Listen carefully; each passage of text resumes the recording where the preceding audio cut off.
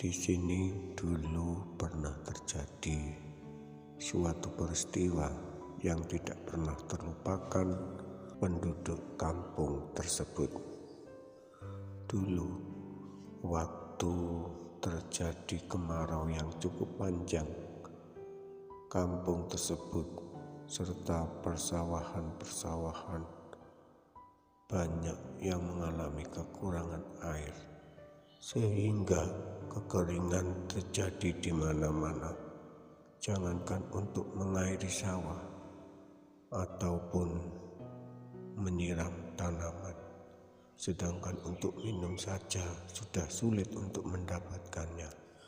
Berbagai cara sudah dilakukan penduduk setempat, dari menggali lubang yang dalam hingga membuat sumur, tapi hasilnya tetap nihil. Semua penduduk merasa kebingungan karena semua penduduk hanya menggantungkan kebutuhan air dari satu tempat, yaitu mata air yang berada di atas bukit. Namun kini mata air itu sudah tidak mengalir lagi. Entah ada apakah gerangan di sana.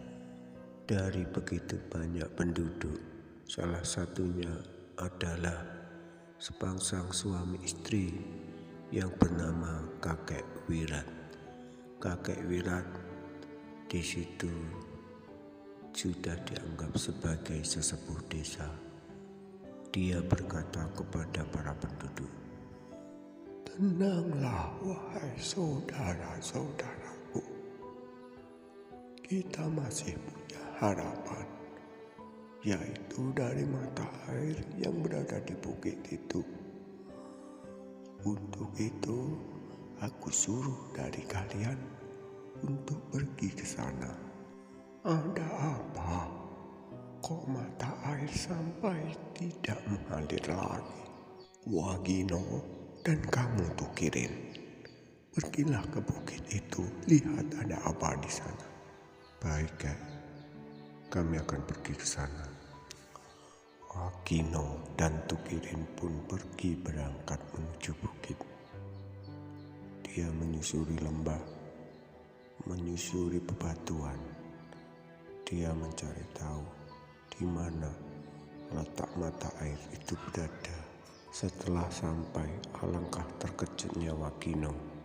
Ternyata jalan mengalir mata air dari bukit tersebut telah terhalang. Sebatang pohon besar tumbang melintang. Lalu Wagino dan Tukirin berjalan mendekat ke tempat di mana sebatang pohon besar itu tumbang. Lalu mereka berpikir bagaimana caranya bisa memindahkan pohon besar yang tumbang itu agar tidak menghalangi tempat air mengalir. Sambil memikirkan cara, Wagino sambil menyandarkan tubuhnya pada pohon yang tumbang tersebut. Alangkah terkejutnya Wagino. Ternyata pohon yang tumbang yang ia sandari tersebut tidak keras seperti pohon, tapi begitu lunak dan empuk seperti busa. Wagino tidak percaya. Akhirnya Wagino menusukkan pisau yang ia bawa pada sebatang pohon tersebut. Alangkah terkejutnya, pohon tersebut mengeluarkan darah yang mengucur. Tiba-tiba pohon itu bergerak perlahan.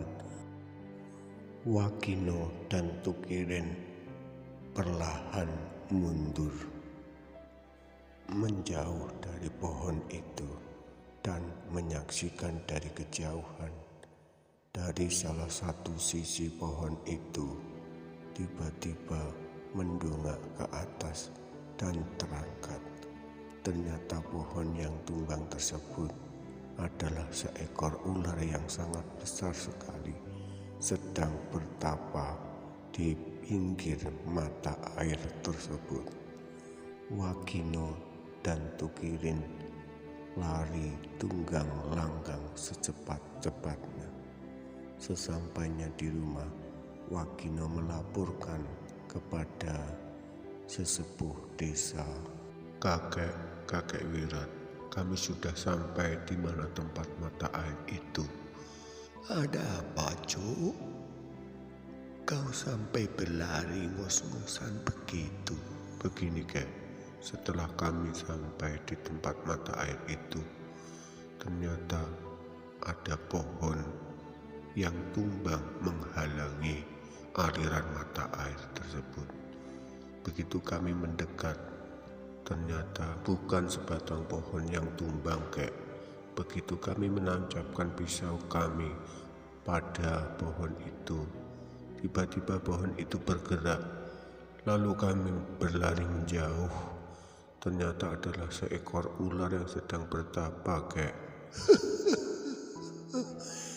Itulah penunggu tempat itu, Nak. Tunggu sebentar, kakek mau ambil sesuatu. Setelah itu antar kakek ke sana. Kakek mau bicara pada penunggu bukit itu. Baik, Kek. Setelah itu kakek Wirat pergi ke dalam dan mengambil sesuatu. Ternyata sesuatu itu adalah sebuah keris pusaka dan membawanya. Wagino dan Tukirin akhirnya mengantar kakek menuju tempat di mana mata air yang ia temui. Mereka lalu dengan perlahan menaiki bukit itu dengan hati-hati dan penuh kewaspadaan.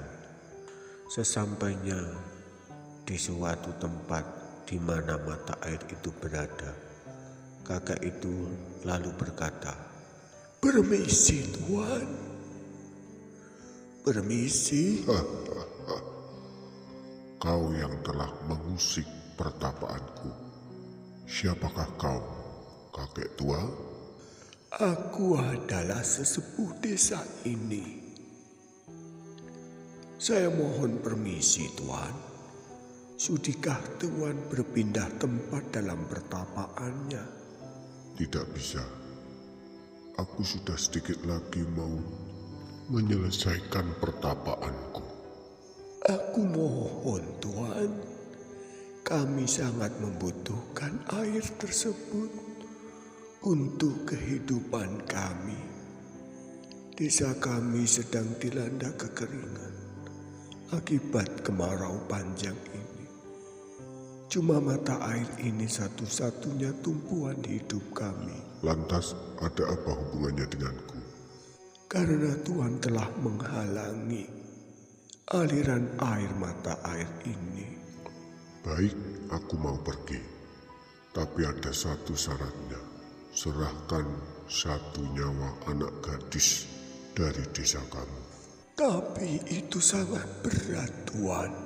Kalau memang tidak sanggup, terpaksa aku tidak akan pergi dari sini. Dan tetap aku tutupi aliran mata air ini. Baik, kalau Tuan memang bersikeras tidak mau pergi dari sini dan membuka saluran mata air ini, terpaksa kami akan menggunakan jalan kekerasan. Jadi, kamu menantang aku.